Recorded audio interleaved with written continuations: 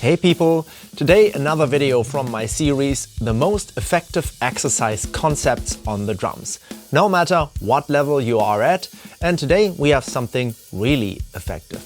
If this exercise works for you only half as well as it has worked for me, then I highly recommend it to you right now.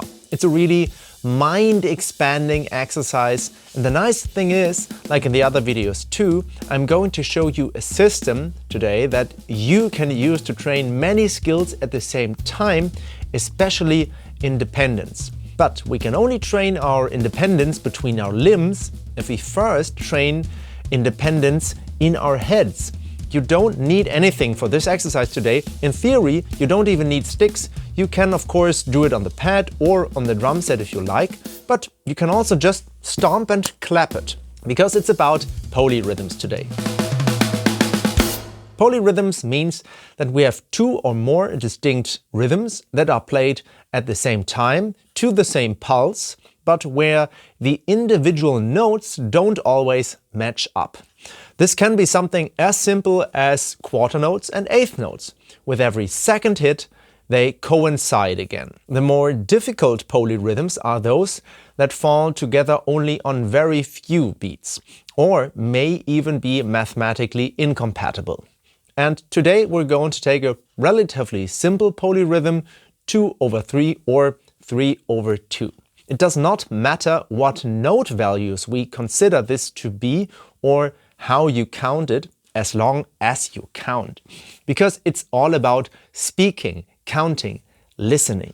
Because we can only develop the independence between our limbs if we first develop the independence in our hearing, or the independence of our mind. I'll play it for you and you will hear this polyrhythm of 2/3, and that it results in a very specific rhythm. And now we have to train not to become dependent on this rhythm, but be able to independently control both rhythms by themselves.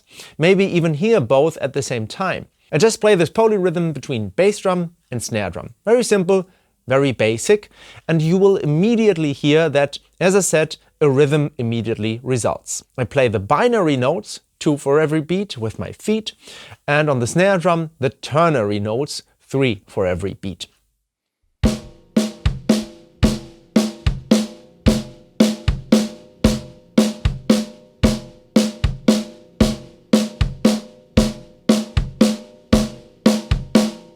And you immediately hear this dum da da dum dum da da da, which often occurs in triplet grooves. But our goal is not to make ourselves dependent on it, but to really separate it mentally. And I'll make that clear with my voice. You play this polyrhythm continuously and try to follow my voice. Really try to hear alternately this swaying as in 3/4 time and this straight line as in 4/4 time, so to speak. It does not matter how we count it, I just count it as 1-2-3, 1-2-3 and 1-2-1-2. And try this mental shift.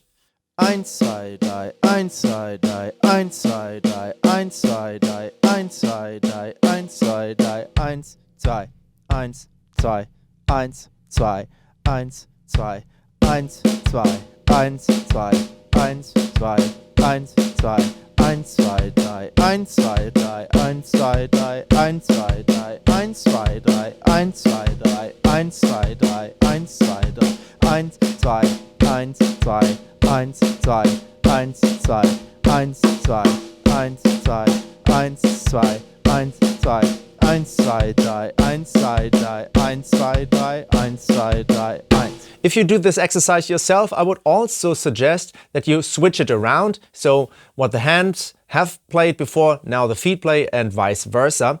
So you really try to see the rhythm and not anchor yourself on a sound and this main rhythm that occurs, but really try to control the individual rhythms that make up the whole sound. 1, 2, 3, 1, 2, 3, 1, 2, 3, 1, 2, 3, 1, 2, 1, 2, 1, 2, 1, 2, 1, 2, 1. A slightly more difficult polyrhythm would then be 3/4.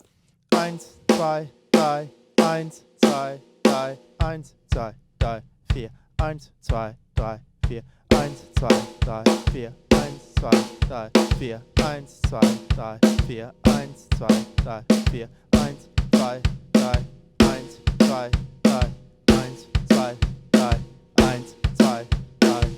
3, 4, 1, 2, 3, 4, 1.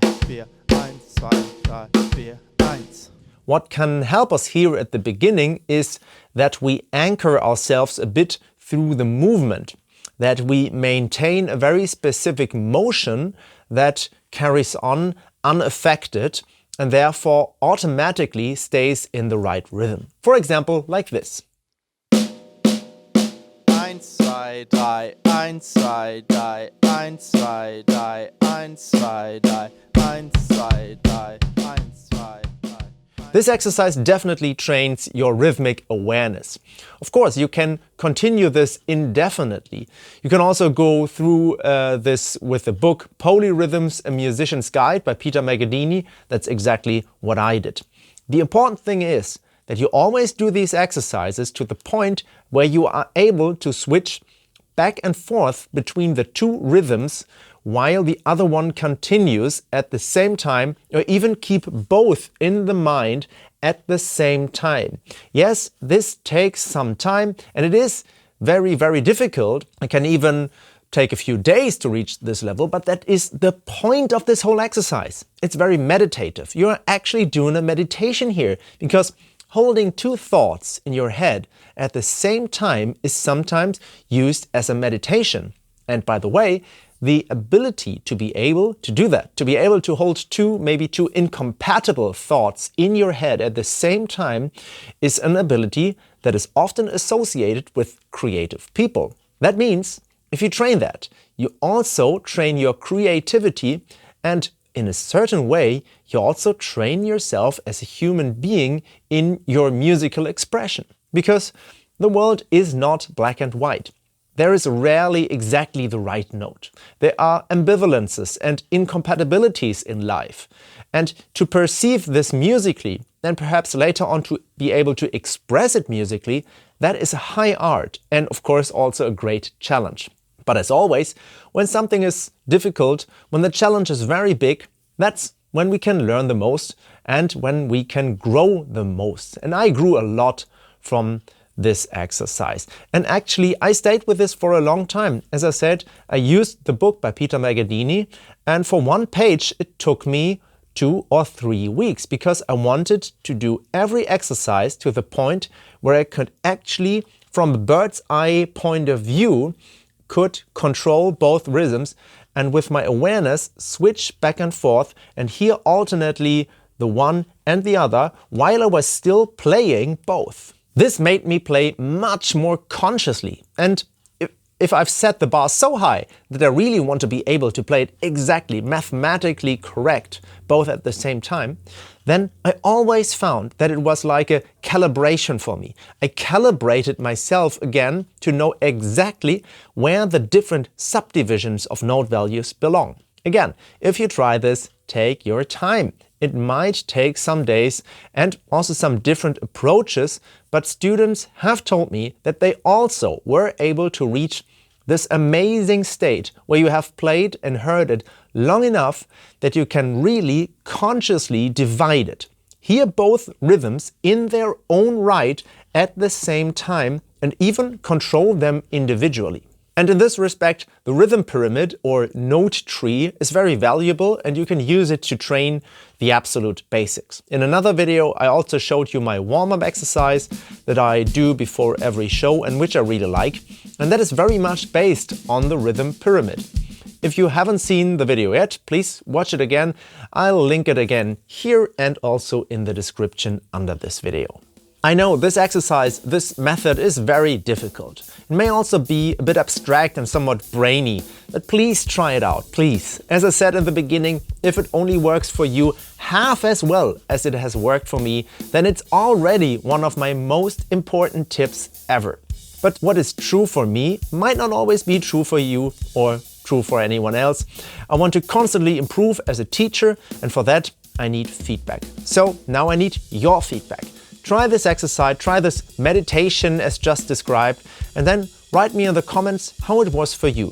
Did the exercise work for you, or maybe it didn't help you at all? That would be very interesting to know. This is how you give me feedback and also help to make my tips, my videos, and also my lessons and workshops even better. So, thank you very much for that. I hope to see you on the next video. Until then, take care and bye-bye.